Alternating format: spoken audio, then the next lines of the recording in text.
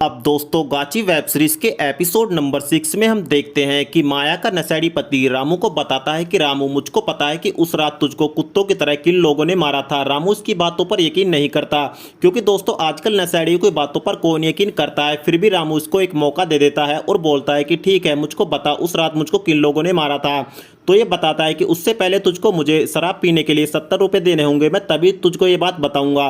फिर रामू इसको 70 रुपये भी दे देता है। तो ये बताता है कि वो कोई और नहीं, वो तेरे छोटे भैया की लुगाई रत्ना ही थी, जिसको तू हर समय हफ्सी नज़रों से देखता है। उसने ही गांव की कुछ महिलाओं के साथ मिलकर तुझको उस रात कुत्तों की तरह धोया है। तो ये बताता है कि लेकिन तू इस बात को यकीन के साथ कैसे कह सकता है।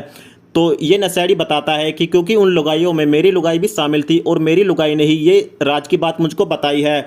अब दोस्तों रामू रत्ना से बदला लेने के लिए बदले की आग में जलने लगता है। अब जब रत्ना की सास और रत्ना की जेठानी घर से बाहर होती हैं तो रत्ना कमरे में अकेली होती है और इसी मौके का फायदा उठाकर इसका जेठ कमरे में आ जाता है और रत्ना के साथ जबरदस्ती करके इसका रेप करने की कोशिश करता है।